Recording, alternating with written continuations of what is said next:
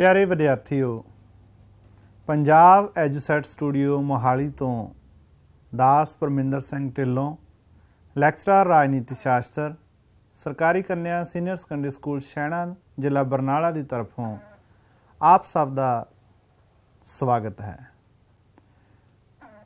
बहुत ही प्यारे विद्यार्थियों, अज असी 12वीं जमात विशा राजनीति शास्त्र दे पार्ट बी दे टॉपिक जन सहभागिता अते मतदान व्यवहार दे बारे विच विचार चर्चा करांगे। अज साडे दो टॉपिक आ, महत्वपूर्ण टॉपिक आ, ये साडे सिलेबस दे सौखे भी है और थ्योरैटिकल आपां इहनूं पार्ट कह सकते हैं। जन सहभागिता अते मतदान व्यवहार दोनों ही राजनीतिक क्रियावां दे विच भाग लैण दे नाल संबंधित आ कि एक व्यक्ति जदों राजनीतिक क्रियावां दे विच भाग लैंदा तां ये दोनों टॉपिक है जिहड़े साडे उस दे नाल संबंधित आ, जन सहभागिता अते मतदान व्यवहार। सो आओ, ये तस्वीर तुसीं देख रहे हो तुहाडी स्क्रीन ते, जन सहभागिता। जन सहभागिता ये जो तस्वीर अपने आप दे विच एक मायने रखदी आ, अर्थ दिखा रही है, समझाउण दी कोशिश कर रही है कि किसी काम दे विच किसी दी हिस्सेदारी, किसी व्यक्ति की हिस्सेदारी भाव जन सहभागिता नूं दर्शाउंदी है तस्वीर आ। जन सहभागिता दा असी अर्थ जिहड़ा पहलां उहदे ते चर्चा करिए। जन सहभागिता का अर्थ लोकां द्वारा उन्हां क्रियावां विच भाग लैना जिहड़ियां उस देश की राजनीतिक प्रणाली नाल संबंधित होण। सो अज असी गल कर रहे हैं, असी राजनीतिक प्रणाली नाल संबंधित होण की क्यों गल कर रहे हैं, क्योंकि साडा विषय ही राजनीति शास्त्र है। सो राजनीतिक क्रियावां नाल डील करदा। सो असी इस करके स्पैसीफिक इहदा जिहड़ा अर्थ तुहाडे नाल साझा करन दी कोशिश कीती है। जन सहभागिता, जन पीपल, लोक, सहभागिता हिस्सेदारी भाव जन सहभागिता लोकां दी हिस्सेदारी। हिस्सेदारी तो भाव लोकां दा किसी क्रिया दे विच शामिल होना, ये की है जन सहभागिता। सो असी राजनीति शास्त्र के संदर्भ दे विच गल करांगे कि जन सहभागिता का भाव लोकां द्वारा उन्हां क्रियावां, उन्हां गतिविधियां दे विच भाग लैना जिहड़ियां उस देश, जिस देश दे विच रह रहे हैं, दी राजनीतिक प्रणाली नाल संबंधित होण। देखो, राजनीतिक प्रणाली तुहानूं पता कि निवेशां नूं जदों निकासां दे विच बदलिया जांदा, पहले चैप्टर दे विच असीं गल कीती है, लोकां दीआं मंगां नूं राजनीतिक प्रणाली के सामने पेश किया जाता, उत्थे भी लोगों की हिस्सेदारी होगी। वो लागू किन्हां ते होने हैं? लोगों ते। कानून किहदे ते जदों बन के उन्हां लागू हुंदा? लोगों ते। सो ये सारी चीज़ां, सारियां उदाहरणां जिहड़ी मैं राजनीतिक प्रणाली दी देण दी कोशिश की है, ये जन सहभागिता नाल संबंधित है। सो वो गतिविधियां, वो क्रियावां जिन्हां दे विच जदों कोई व्यक्ति, कोई लोग, लोगों का समूह भाग लैंदा तां जन सहभागिता खवाउंदा। जन सहभागिता दीआं विशेषतावां असीं इहनूं होर डूंघाई दे विच समझण दी कोशिश करांगे। मैं बड़े ठहराव दे नाल तुहानूं इहनूं समझाउण दी कोशिश करनी है चैप्टर नूं, क्योंकि थ्योरैटिकल चैप्टर आ। इहदा एक एक पॉइंट तुहाडे दिमाग दे विच वसना चाहीदा और इहनूं वसाउणा भी है जरूरी। सब तो पहला पॉइंट है, ये इच्छक हुंदी है। इच्छक मर्जी के आधारित आ कि व्यक्ति की मर्जी है, व्यक्ति की इच्छा वलंटरली है, यह थोपी नहीं जा सकती। जन सहभागिता इच्छुक आ, अपनी जन सहभागिता भाव व्यक्ति इन्हां गतिविधियां, इन्हां क्रियावां दे विच अपनी इच्छा के अनुसार भाग लैंदा, ना कि उस ते थोपिया जा सकता। पहला पॉइंट क्लीयर। दूसरा, इसका पद्धर हर व्यक्ति विच समान नहीं हुंदा, भाव जन सहभागिता हर व्यक्ति दे विच समान नहीं हुंदी। ਇਹ ਵਿਅਕਤੀ ਤੇ ਨਿਰਭਰ ਕਰਦਾ ਕਿ ਉਹ ਰਾਜਨੀਤਿਕ ਕਿਰਿਆਵਾਂ ਦੇ ਵਿੱਚ ਕਿੰਨਾ ਕੁ ਭਾਗ ਲੈਂਦਾ। ਉਹ ਉਹਦੀ ਮਰਜ਼ੀ, ਆਪਣੀ ਇੱਛਾ। ਪਹਿਲੇ ਪੁਆਇੰਟ ਨਾਲ ਇੰਟਰਲੇਟਡ ਹੈ ਇਹ। ਭਾਵ ਹਰੇਕ ਵਿਅਕਤੀ, ਉਦਾਹਰਨ ਦੇ ਤੌਰ ਤੇ ਕੋਈ ਏ ਵਿਅਕਤੀ ਆ, ਉਹ ਕੋਈ ਵੱਖਰਾ ਉਹਦਾ ਪੱਧਰ ਆ ਰਾਜਨੀਤਿਕ ਕਿਰਿਆਵਾਂ 'ਚ ਭਾਗ ਲੈਂਦਾ। ਕੋਈ ਬੀ ਵਿਅਕਤੀ ਆ, ਉਹਦਾ ਪੱਧਰ ਵੱਖਰਾ ਕਿ ਉਹ ਰਾਜਨੀਤਿਕ ਕਿਰਿਆਵਾਂ ਦੇ ਵਿੱਚ ਕਿਸ ਪੱਧਰ ਤੱਕ ਭਾਗ ਲੈਂਦਾ। ਕਈ ਬਿਲਕੁਲ ਹੀ ਪੈਸਿਵ ਹੁੰਦੇ ਆ, ਕਈ ਬਹੁਤ ਐਕਟਿਵ ਹੁੰਦੇ ਆ। ਅਸੀਂ ਆਮ ਹੀ ਦੇਖ ਰਹੇ ਹਾਂ, ਤੁਸੀਂ ਆਪਣੇ ਇਹਨਾਂ ਨੂੰ ਮਤਲਬ ਕੋਈ ਚੈਪਟਰ ਜਦੋਂ ਸਮਝਣਾ ਹੁੰਦਾ, ਸੋ ਕਿਤਾਬੀ ਗਿਆਨ ਤੋਂ ਥੋੜ੍ਹਾ ਜਿਹਾ ਪ੍ਰੈਕਟੀਕਲ ਵੱਲ ਨੂੰ ਆਇਆ ਕਰੋ, ਉਦੋਂ ਸੌਖਾ ਸਮਝ ਆਉਂਦਾ। ਸਾਡਾ ਵਿਸ਼ਾ ਤਾਂ ਬੜਾ ਪ੍ਰੈਕਟੀਕਲ ਆ। ਸਾਡੀਆਂ ਸਾਰੀਆਂ ਜੋ ਅਸੀਂ ਚੀਜ਼ਾਂ ਡਿਸਕਸ ਕਰਦੇ ਹਾਂ, ਉਹ ਪ੍ਰੈਕਟੀਕਲੀ ਅਸੀਂ ਸਾਡੇ ਸਮਾਜ ਦੇ ਵਿੱਚ, ਸਾਡੇ ਆਲੇ ਦੁਆਲੇ ਵੇਖ ਸਕਦੇ ਹਾਂ। ਅਸੀਂ ਦੇਖੋ, ਤੁਹਾਡੇ ਮੁਹੱਲੇ ਦੇ ਵਿੱਚ, ਤੁਹਾਡੇ ਇਲਾਕੇ ਦੇ ਵਿੱਚ ਕੋਈ ਵਿਅਕਤੀ ਇਹੋ ਜਿਹਾ ਹੋਊ ਜਿਹੜਾ ਬਹੁਤ ਐਕਟਿਵ ਹੁੰਦਾ ਰਾਜਨੀਤਿਕ ਗਤੀਵਿਧੀਆਂ ਦੇ ਵਿੱਚ, ਤੇ ਕਈ ਇਹੋ ਜਿਹੇ ਵੀ ਹੁੰਦੇ ਜਿਹੜੇ ਵੋਟ ਪਾਉਣ ਤੱਕ ਵੀ ਨਹੀਂ ਜਾਂਦੇ। ਸੋ ਪੱਧਰ ਸਮਾਨ ਨਹੀਂ ਨਾ ਹੋਇਆ। ਤੀਜਾ, ਇਹ ਸਰਵ ਵਿਆਪੀ ਹੁੰਦੀ ਹੈ। ਹਰ ਇੱਕ ਥਾਂ ਸਰਵ ਵਿਆਪੀ, ਹਰ ਇੱਕ ਥਾਂ ਤੇ ਮੌਜੂਦ, ਹਰ ਇੱਕ ਦੇਸ਼ ਦੇ ਵਿੱਚ ਮੌਜੂਦ ਹੈ ਇਹ ਜਨ ਸਹਿਭਾਗਤਾ। ਉਹਦਾ ਪੱਧਰ ਵੱਖਰਾ ਵੱਖਰਾ ਹੋ ਸਕਦਾ, ਉਸ ਦੇਸ਼ ਦੇ ਹਾਲਾਤਾਂ ਨੂੰ ਧਿਆਨ 'ਚ ਰੱਖਦੇ ਹੋਏ ਕਿੰਨੀ ਕੁ ਮੋਟੀਵੇਸ਼ਨ ਮਿਲਦੀ ਹੈ ਉਹਦੇ ਲਈ। ਉਹਦਾ ਪੱਧਰ ਵੱਖਰਾ ਵੱਖਰਾ ਹੋ ਸਕਦਾ, ਘੱਟ ਹੋ ਸਕਦਾ, ਨੀਵੀਂ ਜਨ ਸਹਿਭਾਗਤਾ ਹੋ ਸਕਦੀ ਹੈ, ਜ਼ਿਆਦਾ ਵੀ ਹੋ ਸਕਦੀ ਹੈ। ਸੋ ਉਹ ਵੱਖਰੇ ਕਾਰਨ ਆ, ਉਹਨੂੰ ਵੱਖਰੇ ਤੱਥ ਪ੍ਰਭਾਵਿਤ ਕਰਦੇ ਆ, ਪਰ ਹੈ ਇਹ ਸਰਵ ਵਿਆਪੀ ਆ। ਚੌਥਾ ਪੁਆਇੰਟ ਆ, ਲੋਕਤੰਤਰੀ ਪ੍ਰਣਾਲੀ ਦੇ ਵਿੱਚ ਇਹ ਵਧੇਰੇ ਕਿਰਿਆਸ਼ੀਲ ਆ। ਦੇਖੋ, ਲੋਕਤੰਤਰੀ ਪ੍ਰਣਾਲੀ ਹੈ ਕਿਹਦੀ ਹੈ? ਲੋਕਾਂ ਦੀ। ਲੋਕਤੰਤਰੀ ਪ੍ਰਣਾਲੀ 'ਚ ਇੰਪੋਰਟੈਂਸ ਕਿਹਨੂੰ ਦਿੱਤੀ ਜਾਂਦੀ? ਸ਼ਬਦ ਤੋਂ ਹੀ ਪਤਾ ਲੱਗ ਜਾਂਦਾ, ਲੋਕਤੰਤਰ, ਲੋਕਾਂ ਨੂੰ।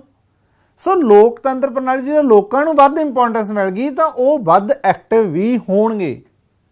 ਸੋ ਲੋਕਤੰਤਰ ਪ੍ਰਣਾਲੀ ਦੇ ਵਿੱਚ ਜਿਹੜੀ ਜਨ ਸਹਿਭਾਗਤਾ ਉਹ ਵਧੇਰੇ ਕਿਰਿਆਸ਼ੀਲ ਹੁੰਦੀ ਹੈ, ਵਧੇਰੇ ਐਕਟਿਵ ਹੁੰਦੀ ਹੈ। 4 ਸੌਖੀਆਂ ਜਿਹੀਆਂ ਵਿਸ਼ੇਸ਼ਤਾਵਾਂ ਇਹਦੀਆਂ, ਮਤਲਬ ਦਿਮਾਗ 'ਚ ਵਸਾ ਲੈਣੀਆਂ ਇਹਨੂੰ। ਇਹ ਇੱਛੁਕ ਆ, ਕਿਸੇ ਦੇ ਥੋਪੀ ਨਹੀਂ ਜਾ ਸਕਦੀ। ਇਸ ਦਾ ਪੱਧਰ ਹਰ ਵਿਅਕਤੀ ਵਿੱਚ ਸਮਾਨ ਨਹੀਂ ਹੁੰਦਾ, ਕਿਸੇ ਵਿਅਕਤੀ 'ਚ ਇਹਦਾ ਪੱਧਰ ਵੱਧ ਹੋਊਗਾ, ਕਿਸੇ 'ਚ ਇਹਦਾ ਘੱਟ ਹੋਊਗਾ। ਇਹ ਸਰਵ ਵਿਆਪੀ ਹੈ, ਹਰ ਇੱਕ ਥਾਂ ਤੇ ਹੈ, ਹਰ ਇੱਕ ਦੇਸ਼ ਦੇ ਵਿੱਚ ਹੈ। ਲੋਕਤੰਤਰੀ ਪ੍ਰਣਾਲੀ ਵਿੱਚ ਇਹ ਵਧੇਰੇ ਕਿਰਿਆਸ਼ੀਲ ਹੈ। ਜਿਹੜਾ ਆਪੋਜੀਟ ਆਪਾਂ ਸ਼ਬਦ ਕਰੀਏ ਤਾਂ ਜਿਹੜੇ ਤਾਨਾਸ਼ਾਹੀ ਆ, ਉੱਥੇ ਤਾਂ ਕਿੱਥੇ ਜਨ ਸਹਿਭਾਗਤਾ ਹੋਣੀ ਹੈ। ਤਾਨਾਸ਼ਾਹੀ ਦੇ ਵਿੱਚ ਤਾਂ ਇੱਕ ਵਿਅਕਤੀ ਜਿਹੜਾ ਹੁਕਮਰਾਨ ਹੁੰਦਾ, ਉਹਦਾ ਹੁਕਮ ਹੀ ਕਾਨੂੰਨ ਬਣ ਜਾਂਦਾ, ਤਾਂ ਉੱਥੇ ਤਾਂ ਲੋਕਾਂ ਦੀ ਇੰਪੋਰਟੈਂਸ ਹੀ ਨਹੀਂ ਹੁੰਦੀ, ਤਾਂ ਜਨ ਸਹਿਭਾਗਤਾ ਕਿੱਥੋਂ ਹੋਣੀ ਹੈ? ਸੋ ਇਸ ਕਰਕੇ ਲੋਕਤੰਤਰੀ ਪ੍ਰਣਾਲੀ ਦੇ ਵਿੱਚ ਵਧੇਰੇ ਕਿਰਿਆਸ਼ੀਲ ਹੈ। ਸੋ ਭਾਰਤ ਦੇ ਵਿੱਚ ਕਿਹੜੀ ਪ੍ਰਣਾਲੀ ਲੋਕਤੰਤਰੀ ਹੈ? ਸੋ ਸਾਡੇ ਵਧੇਰੇ ਕਿਰਿਆਸ਼ੀਲ ਹੈ। ਜਨ ਸਹਿਭਾਗਤਾ ਦਾ ਮਹੱਤਵ ਕੀ ਆ? ਅਗਲਾ ਜਿਹੜਾ ਟੌਪਿਕ ਆ ਗਿਆ। ਪਹਿਲਾਂ ਅਸੀਂ ਕੀਤੀਆਂ ਵਿਸ਼ੇਸ਼ਤਾਵਾਂ, ਕਿ ਮੈਂ ਸੌਖੇ ਤਰੀਕੇ ਨਾਲ ਤੁਹਾਨੂੰ ਦੱਸਾਂ ਵਿਸ਼ੇਸ਼ਤਾਵਾਂ ਮਤਲਬ ਉਹਦੇ ਸਰੂਪ ਪ੍ਰਕਿਰਤੀ ਕਿਹੋ ਜਿਹੀ ਹੁੰਦੀ ਆ ਉਹ। ਹੁਣ ਆ ਕਿ ਜਨ ਸਹਿਭਾਗਤਾ ਦਾ ਮਹੱਤਵ। ਜਨ ਸਹਿਭਾਗਤਾ ਦਾ ਕੀ ਮਹੱਤਵ ਆ, ਕੀ ਲਾਭ ਆ ਜਨ ਸਹਿਭਾਗਤਾ ਦੇ, ਉਹ ਅਸੀਂ ਦੇਖਣੇ ਆ। ਪਹਿਲਾਂ ਲੋਕਾਂ ਦੀ ਇਹਦੇ ਨਾਲ ਪ੍ਰਬੰਧ ਵਿੱਚ ਹਿੱਸੇਦਾਰੀ ਬਣ ਜਾਂਦੀ। ਕਿਹੜੇ ਪ੍ਰਬੰਧ 'ਚ ਬਈ? ਸੌਖੇ ਸ਼ਬਦਾਂ ਦੇ ਵਿੱਚ ਸਮਝੋ। ਹੁਣ ਇੱਥੇ ਪ੍ਰਬੰਧ ਦੀ ਗੱਲ ਆ ਗਈ। ਕਿਹੜੇ ਪ੍ਰਬੰਧ 'ਚ? ਸ਼ਾਸਨ ਪ੍ਰਬੰਧ ਦੇ ਵਿੱਚ। ਕਿਉਂਕਿ ਲੋਕ ਜਿਹੜੇ ਆ ਵੋਟਾਂ ਦੇ ਰਾਹੀਂ ਸਰਕਾਰ ਚੁਣਦੇ ਆ, ਆਪਣੇ ਨੁਮਾਇੰਦੇ ਚੁਣਦੇ ਆ, ਨੁਮਾਇੰਦੇ ਸਰਕਾਰ ਬਣਾਉਂਦੇ ਆ ਜਦੋਂ ਜਿੱਤ ਜਾਂਦੇ ਆ ਉਹ ਬਹੁਮਤ ਵਾਲੇ। ਸੋ ਉਹਨਾਂ ਦੁਆਰਾ ਪ੍ਰਬੰਧ ਚਲਾਇਆ ਜਾਂਦਾ, ਪਰ ਚੁਣ ਕੇ ਕਿਹਨੇ ਭੇਜੇ? ਆਪਦੇ ਪ੍ਰਤੀਨਿਧੀ ਲੋਕਾਂ ਨੇ। ਲੋਕਾਂ ਦੀ ਪ੍ਰਬੰਧ ਦੇ ਵਿੱਚ ਹਿੱਸੇਦਾਰੀ ਬਣ ਰਹੀ ਹੈ ਇਹਦੇ ਨਾਲ। ਹਰ ਇੱਕ ਪੁਆਇੰਟ ਨੂੰ ਬੇਟਾ ਸਮਝਿਆ ਕਰੋ ਕਿ ਇੰਪਲੀਮੈਂਟ ਉਹਨੂੰ ਲਾਗੂ ਕਿਵੇਂ ਕਰਨਾ ਸੀ। ਜੇ ਹੁਣ ਗੱਲ ਕਰ ਰਹੇ ਹਾਂ ਜਨ ਸਹਿਭਾਗਤਾ ਦਾ ਮਹੱਤਵ, ਮੈਂ ਸੌਖੇ ਤਰੀਕੇ 'ਚ ਕਹਿ ਰਿਹਾ ਤੁਹਾਨੂੰ ਕਿ ਲੋਕਾਂ ਦੀ ਇਹਦੇ ਵਿੱਚ ਪ੍ਰਬੰਧ ਵਿੱਚ ਹਿੱਸੇਦਾਰੀ ਬਣ ਜਾਣੀ, ਪਰ ਨਹੀਂ, ਇਹਨੂੰ ਅਸੀਂ ਮਤਲਬ ਇਹਦੀ ਪੜਤਾਲ ਕਰਨੀ ਹੈ ਡੂੰਘਾਈ ਦੇ ਵਿੱਚ ਕਿ ਪ੍ਰਬੰਧ 'ਚ ਹਿੱਸੇਦਾਰੀ ਕਿਵੇਂ ਬਣਦੀ ਹੈ। ਕਿਉਂਕਿ ਸਾਡੇ ਚੁਣੇ ਹੋਏ ਨੁਮਾਇੰਦੇ ਅੱਗੇ ਪ੍ਰਬੰਧ ਚਲਾਉਂਦੇ ਆ, ਸਾਡੀ ਹਿੱਸੇਦਾਰੀ ਬਣ ਗਈ। ਜੇ ਕੋਈ ਕਮੀ ਪੇਸ਼ੀ ਹੁੰਦੀ ਹੈ, ਅਸੀਂ ਆਪਣੇ ਚੁਣੇ ਹੋਏ ਨੁਮਾਇੰਦਿਆਂ ਦੇ ਰਾਹੀਂ ਸ਼ਾਸਨ ਪ੍ਰਬੰਧ ਤੱਕ ਉਹ ਮੰਗ ਪਹੁੰਚਾਉਂਦੇ ਆ। ਸ਼ਾਸਕਾਂ ਦੇ ਤਾਨਾਸ਼ਾਹੀ ਰਵੱਈਏ ਤੇ ਰੋਕ, ਦੂਜਾ ਪੁਆਇੰਟ। ਹੁਣ ਸ਼ਾਸਕ ਜਿਹੜੇ ਅਸੀਂ ਚੁਣੇ ਆ, ਸਾਡੇ ਚੁਣੇ ਹੋਏ ਨੁਮਾਇੰਦੇ ਪ੍ਰਤੀਨਿਧ, ਉਹਨਾਂ ਦੇ ਤਾਨਾਸ਼ਾਹੀ ਰਵੱਈਏ ਤੇ ਰੋਕ ਲੱਗਦੀ ਹੈ ਜਨ ਸਹਿਭਾਗਤਾ ਦੇ ਨਾਲ। ਉਹ ਕਿਵੇਂ ਲੱਗਦੀ ਹੈ? ਕਿਉਂਕਿ ਲੋਕਾਂ ਲਈ ਉਹ ਉੱਤਰਦਾਈ ਬਣਦੇ ਆ ਜਦੋਂ ਅਸੀਂ ਐਕਟਿਵ ਪਾਰਟੀਸਪੇਟ ਕਰਾਂਗੇ। उन्होंने पता कि सानू जनता नू जवाब देना पऊगा इहदा। तीसरा आ गया बेटा हित स्पष्टीकरण। इहदे नाल की हुंदा, जन सहभागिता दे नाल हित स्पष्टीकरण हुंदा। हुण हित स्पष्टीकरण की है? राजनीतिक प्रणाली चैप्टर दे विच इह पॉइंट असीं पढ़िया। भिन्न भिन्न तरीकिਆਂ ਦੇ ਨਾਲ ਲੋਕਾਂ ਦੀਆਂ ਮੰਗਾਂ ਜਦੋਂ ਰਾਜਨੀਤਿਕ ਪ੍ਰਣਾਲੀ ਸਾਹਮਣੇ ਜਾਂਦੀਆਂ,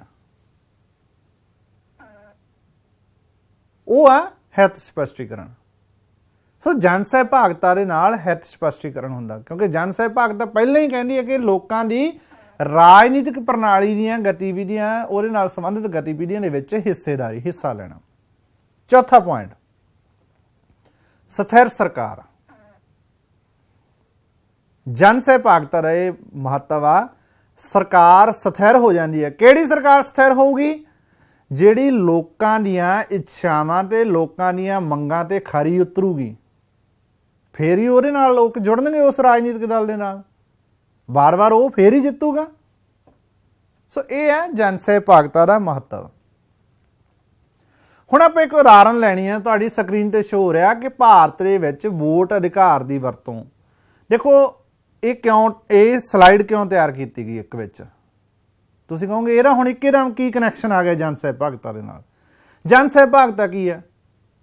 लोकां दी राजनीतिक गतिविधियां दे विच हिस्सेदारी। किहड़ियां गतिविधियां?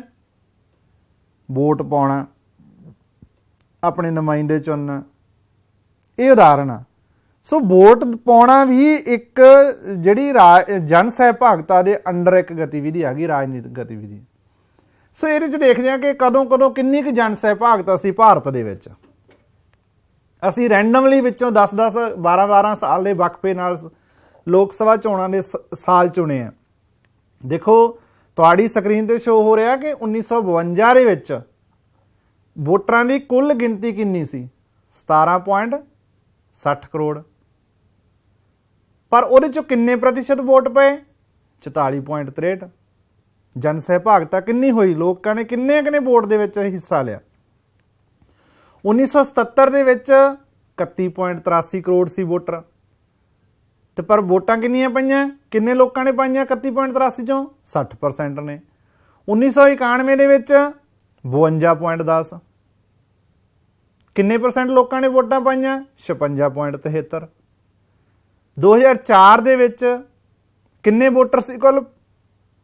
67.5 करोड़। किन्ने परसेंट लोगों ने वोटां पाईयां? 57.86। तो जे 2019 की गल करिए तो उहदे विच 91.05 करोड़ जिहड़ी आ वोटरां दी कुल गिनती सी, 91.05। ते किन्ने परसेंट उहदे विचों लोगों ने वोटां पाईयां? 67.4। ये किस चीज़ नूं दर्शाउंदा? जन सहभागिता नूं, कि कुल किन्ने सी पर किन्नियां ने हिस्सा लिया। जन सहभागिता किन्ने लोगों ने अपनी हिस्सेदारी बनाई सिस्टम दे विच, किन्नियां ने सरकार चुनन दे विच अपना हिस्सा पाया। ये चार्ट ये शो कर रहा। अगे अगे बेटा भारत विच जन सहभागिता घट होण दे की कारण आ? जां तुहानूं प्रश्न आ जांदा नीवी जन सहभागिता के कारण दसो। नीवी जन सहभागिता के कारण दसो क्यों घट आ भारत दे विच? जिवें इहदे पहले पॉइंट ते आपां डिस्कस करिए कि अनपढ़ता जिहड़ी आ इहदा मुख कारण आ। भारत दे विच जिहड़े आ 26% लोग, 26% लोग जिहड़े आ वो अनपढ़ आ। ਉਹ ਜਨ सहभागिता भाव राजनीतिक गतिविधियों के विच हिस्सा ही नहीं लेंदे। कई वोटर इहो जिहे बेटा जिन्हां नूं पोलिंग बूथ दे विच जाके अपनी वोट पाउण दा पता नहीं कि वोट पाउणी किवें आ। EVM मशीनां लगियां हुंदियां ना, उन्हां नूं इह नहीं पता लगदा हुंदा कि EVM मशीन ते असीं किवें बटन नप के अपनी वोट पाउणी है। जे सौखे शब्दां दे विच मैं तुहानूं समझावां, ਉਹਦਾ ਕਾਰਨ ਕੀ ਹੈ? ਅਨਪੜ੍ਹਤਾ। ਜੇ ਪੜ੍ਹਿਆ ਲਿਖਿਆ ਇਨਸਾਨ ਹੋਵੇ ਤਾਂ ਉਹ ਮਸ਼ੀਨ ਤੇ ਜਿਹੜੇ ਅੱਖਰ ਲਿਖੇ ਹੋਏ ਆ ਜਾਂ ਚੋਣ ਨਿਸ਼ਾਨ ਲੱਗਿਆ ਹੋਇਆ ਜਾਂ ਪਾਰਟੀ ਦਾ ਨਾਮ ਲਿਖਿਆ ਹੋਇਆ ਉਹਦੇ ਸਾਹਮਣੇ ਵਾਲਾ ਬਟਨ ਉਹ ਉਸ ਤਰੀਕੇ ਨਾਲ ਪ੍ਰੈਸ ਕਰਦਾ। ਇਹ ਉਦਾਹਰਨ ਲਈ ਹੈ ਇੱਕ, ਇਹਨੂੰ ਇਹ ਨਹੀਂ ਸਮਝ ਲੈਣਾ ਕਿ ਇਕੱਲਾ ਵੋਟ ਦਾ ਅਧਿਕਾਰ, ਵੋਟ ਦੇ ਅਧਿਕਾਰ ਦੀ ਵਰਤੋਂ ਕਰਨਾ ਹੀ ਜਨ ਸਹਿਭਾਗਤਾ। ਇੱਕ ਉਦਾਹਰਨ ਲੈ ਰਹੇ ਹਾਂ ਆਪਾਂ ਕਿ ਅਜਿਹੇ ਵੀ ਲੋਕ ਆ, ਇਹ ਅਨਪੜ੍ਹਤਾ ਇੱਕ ਸਰਾਫ ਬਣ ਕੇ ਰਹਿ ਚੁੱਕੀ ਆ। ਬੇਟਾ ਅਨਪੜ੍ਹ ਵਿਅਕਤੀ ਸਾਰੀ ਉਮਰ ਦੇ ਵਿੱਚ ਪਲ ਪਲ ਹਰ ਸਮੇਂ ਹੀਣ ਭਾਵਨਾ ਦੇ ਵਿੱਚ ਰਹਿੰਦਾ। ਉਹਦਾ ਕਾਰਨ ਹੈ ਇੱਕ, ਹੁਣ ਮੰਨ ਕੇ ਚੱਲੋ, ਮੈਂ ਇੱਕ ਤੁਹਾਨੂੰ ਉਦਾਹਰਨ ਦੇਵਾਂ। ਇੱਕ ਇੱਥੇ ਇੱਕ ਪੁਆਇੰਟ ਹੋਰ ਆ, ਪਿੱਛੇ ਜੇ ਇੱਕ ਮਿਸ਼ਨ ਚੱਲਿਆ ਨਿਊ ਇੰਡੀਆ ਲਿਟਰੇਸੀ ਪ੍ਰੋਗਰਾਮ ਨਿਲਪ, ਜਿਹਦੇ ਵਿੱਚ ਅਨਪੜ੍ਹਾਂ ਨੂੰ ਸਾਖਰ ਕਰਨਾ ਸੀ। ਤੇ ਉਹਦੇ ਵਿੱਚ ਮੇਰੇ ਗੁਆਂਢ ਦੇ ਵਿੱਚ ਇੱਕ ਔਰਤ ਸੀ ਜਿਹੜੀ ਬਿਲਕੁਲ ਅਨਪੜ੍ਹ ਸੀ। ਉਹਨੂੰ ਮੈਂ ਪਹਿਲੀ ਵਾਰ 2-3 ਅੱਖਰ ਸਿਖਾਏ, ਭਾਵ ਉਹਦੇ ਪਿੰਡ ਦਾ ਨਾਂ ਦੱਸਿਆ ਕਿ ਤੇਰੇ ਪਿੰਡ ਦੇ ਨਾਂ ਦੇ ਵਿੱਚ ਇਹ ਅੱਖਰ ਆ। ਉਹਨੂੰ ਜਦੋਂ ਅਸੀਂ ਬੇਟਾ ਉਹਦੇ ਪਿੰਡ ਦਾ ਨਾਮ ਦੱਸਿਆ ਨਾ ਕਿ ਇਸ ਤਰ੍ਹਾਂ ਪੈਂਦਾ, ਤਾਂ ਇੱਕੇ ਨਾਮ ਉਹਦੇ ਮਤਲਬ ਆਪ ਮੁਹਾਰੇ ਉਹਦੇ ਵਿੱਚੋਂ ਆਵਾਜ਼ ਆਈ, ਹਾਏ ਮਤਲਬ ਮੈਨੂੰ ਪਤਾ ਹੀ ਨਹੀਂ ਸੀ, ਕਹਿੰਦੀ ਵੀ ਮੇਰੇ ਪਿੰਡ ਦਾ ਨਾਂ ਇਹ ਇਵੇਂ ਪੈਂਦਾ। ਹੁਣ ਮੈਂ ਕਹਿੰਦੀ ਬੱਸ ਤੇ ਵੀ ਪੜ੍ਹ ਲੂੰ। ਸੋ ਇੱਥੇ ਉਦਾਹਰਨ ਦੇਣ ਦਾ ਮਤਲਬ ਇਹ ਸੀ ਕਿ ਅਨਪੜ੍ਹ ਵਿਅਕਤੀ ਨੂੰ ਆਪਣੇ ਪਿੰਡ ਦਾ ਨਾਂ ਹੀ ਨਹੀਂ ਪਤਾ ਹੁੰਦਾ ਕਿ ਕਿਵੇਂ ਪੈਂਦਾ, ਉਹਨੂੰ ਪਿੰਡ ਦਾ ਨਾਮ ਔਰਲੀ ਜ਼ਬਾਨੀ ਪਤਾ ਹੁੰਦਾ।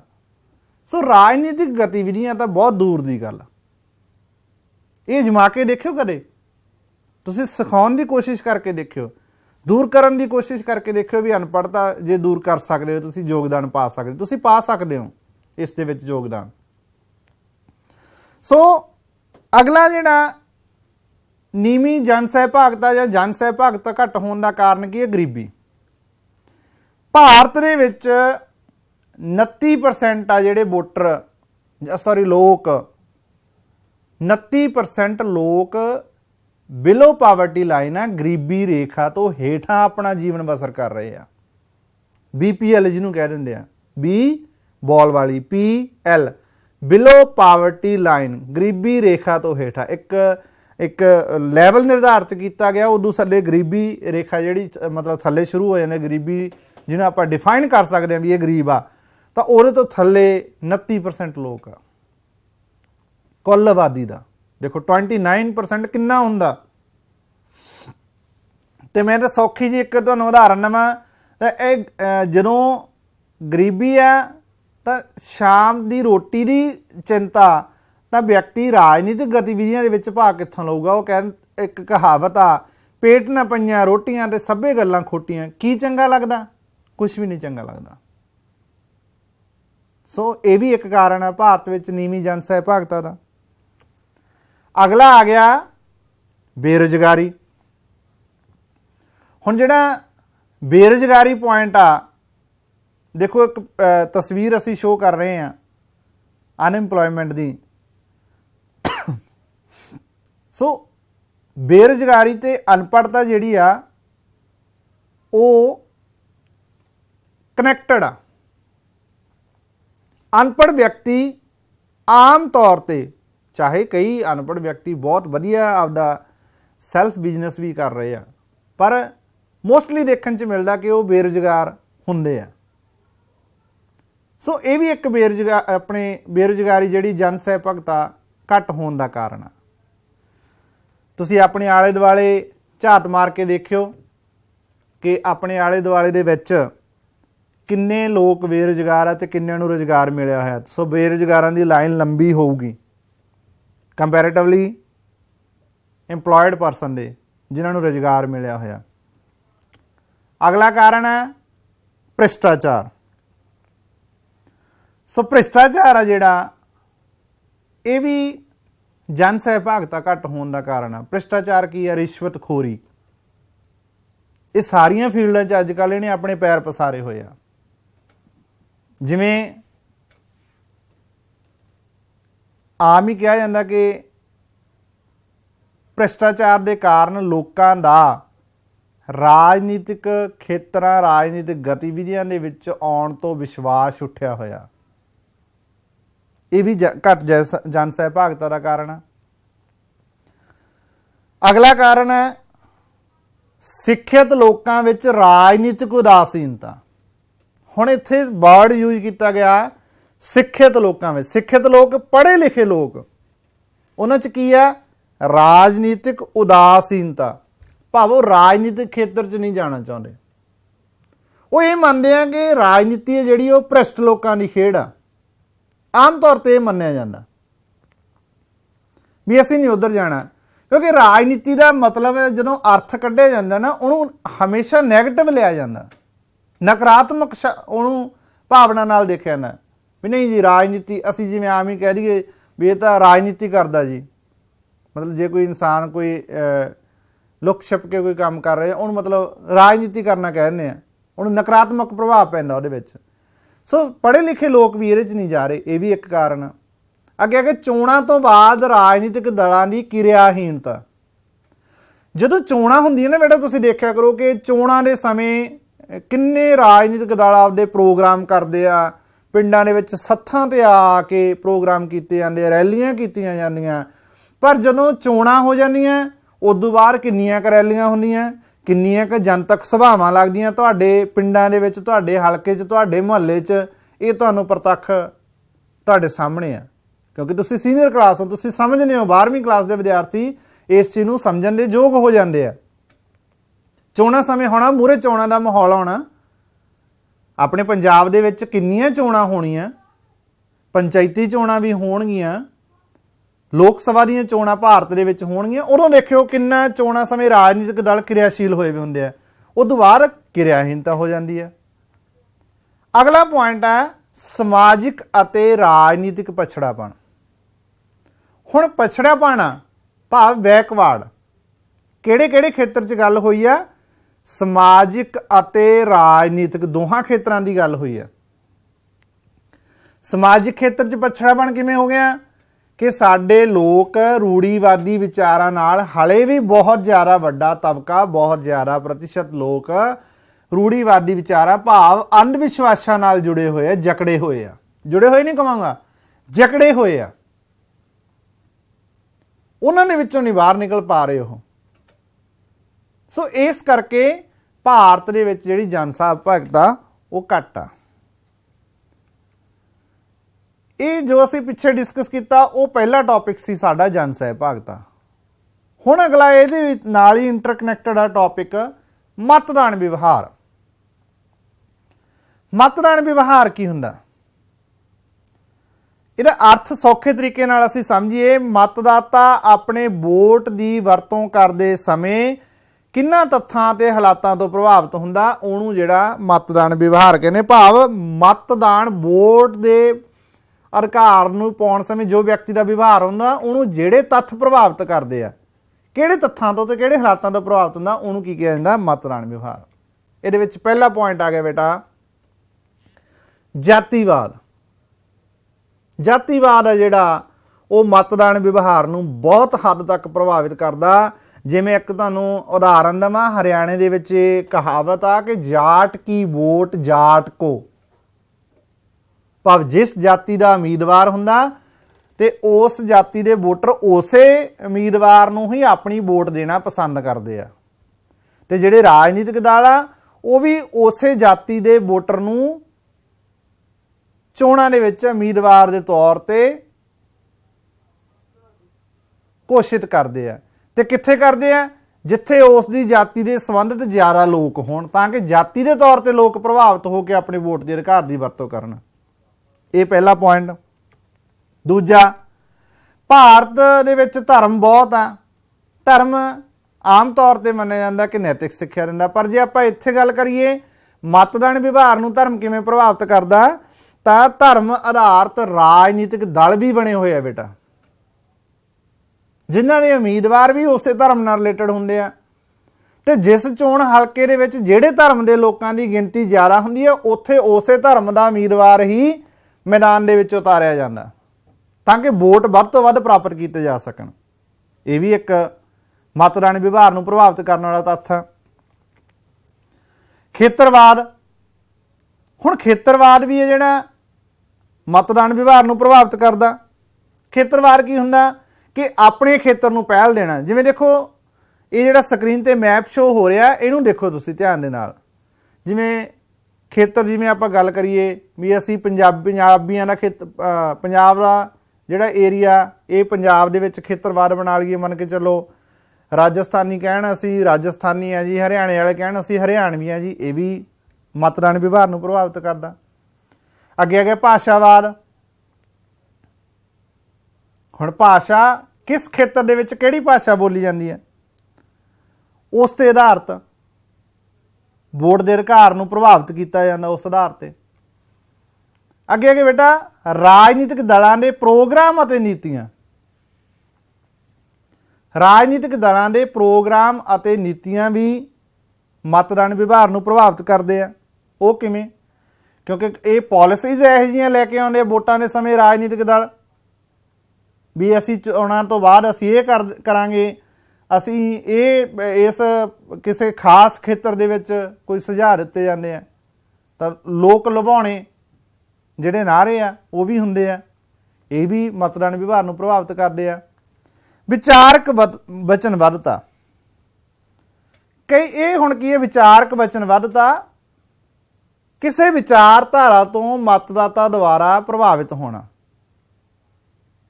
ਜਿਹੜਾ ਮਤਦਾਤਾ, ਮੰਨ ਕੇ ਚਲੋ ਮੈਂ ਕੋਈ ਵੋਟਰ ਆ ਇੱਕ, ਮੈਂ ਕਿਸੇ ਵਿਚਾਰਧਾਰਾ ਨਾਲ ਜੁੜਿਆ ਹੋਇਆ, ਮੈਂ ਉਸ ਵਿਚਾਰਧਾਰਾ ਨਾਲ ਸੰਬੰਧਿਤ ਰਾਜਨੀਤਿਕ ਦਲ ਨੂੰ ਹੀ ਆਪਣੀ ਵੋਟ ਦਊਂਗਾ, ਆਪਣਾ ਮਤ ਦੇਵਾਂਗਾ, ਆਪਣੀ ਵੋਟ ਦੇਵਾਂਗਾ। ਜਿਵੇਂ ਵਿਚਾਰਧਾਰਾ ਤੋਂ ਭਾਵ ਉਦਾਹਰਨ ਦੇ ਤੌਰ ਤੇ ਸਾਮਵਾਦੀ ਵਿਚਾਰਧਾਰਾ, ਪੂੰਜੀਵਾਦੀ ਵਿਚਾਰਧਾਰਾ ਨਾਲ ਸੰਬੰਧਿਤ ਰਾਜਨੀਤਿਕ ਦਲ ਆ, ਤੇ ਫਿਰ ਜਿਹੜੇ ਮਤਦਾਤਾ ਇਸ ਵਿਚਾਰਧਾਰਾ ਨਾਲ ਸੰਬੰਧਿਤ ਹੁੰਦੇ ਉਹ ਵੋਟ ਵੀ ਉਸ ਵਿਚਾਰਧਾਰਾ ਦੇ ਰਾਜਨੀਤਿਕ ਦਲ ਨੂੰ ਹੀ ਦਿੰਦੇ ਆ। ਅੱਗੇ ਬੇਟਾ ਵਰਗ ਚੇਤਨਾ। ਵਰਗ ਚੇਤਨਾ ਮਤਲਬ ਕਲਾਸਿਸ ਬਣੀਆਂ ਹੋਈਆਂ। ਤੁਸੀਂ ਇਹਨੂੰ ਸੌਖੇ ਤਰੀਕੇ ਨਾਲ ਸਮਝੀਏ ਅਸੀਂ ਤਾਂ ਮਾਰਕਸਵਾਦ ਦੇ ਵਿੱਚ ਅਸੀਂ ਇਹ ਚੀਜ਼ ਦੇਖੀ ਸੀ। ਕਲਾਸ ਸਟਰਗਲ ਦੀ ਗੱਲ, ਜੇ ਕਲਾਸ ਬਣੀਆਂ ਅਮੀਰ ਗਰੀਬ, ਮਤਲਬ ਵਰਗ ਬਣੇ ਹੋਏ ਨਾ, ਅਮੀਰ ਗਰੀਬ ਪੂੰਜੀਪਤੀ ਮਜ਼ਦੂਰ।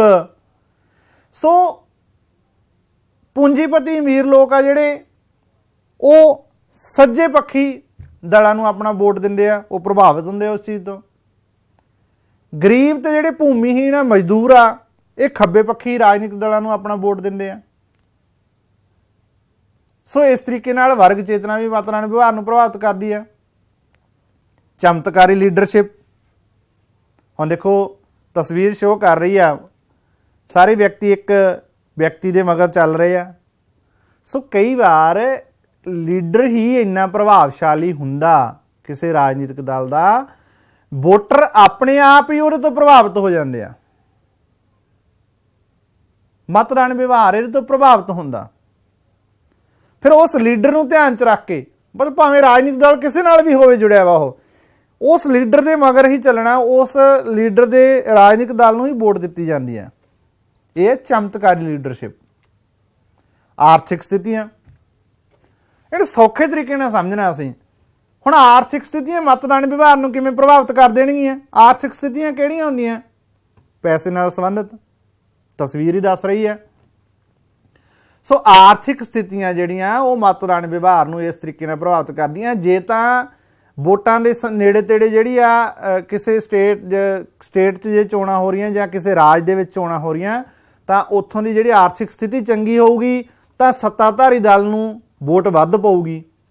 ਇਹ ਯਾਦ ਰੱਖਣਾ, ਸੱਤਾਧਾਰੀ ਦਲ ਮਤਲਬ ਜਿਹੜਾ ਉਸ ਸਮੇਂ ਸਰਕਾਰ 'ਚ ਆ। ਜੇ ਆਰਥਿਕ ਸਥਿਤੀਆਂ ਵਿਗੜੀਆਂ ਹੋਣਗੀਆਂ, ਮਹਿੰਗਾਈ ਵੱਧ ਜੂਗੀ, ਤਾਂ ਲੋਕ ਫਿਰ ਗੁੱਸੇ ਦੇ ਵਿੱਚ ਉਸ ਸੱਤਾਧਾਰੀ ਦਲ ਜੋ ਉਸ ਸਮੇਂ ਸਰਕਾਰ ਦੇ ਵਿੱਚ ਸੀ ਉਹਦੇ ਵਿਰੋਧ ਦੇ ਵਿੱਚ ਵੋਟ ਪਾਉਂਦੇ ਆ।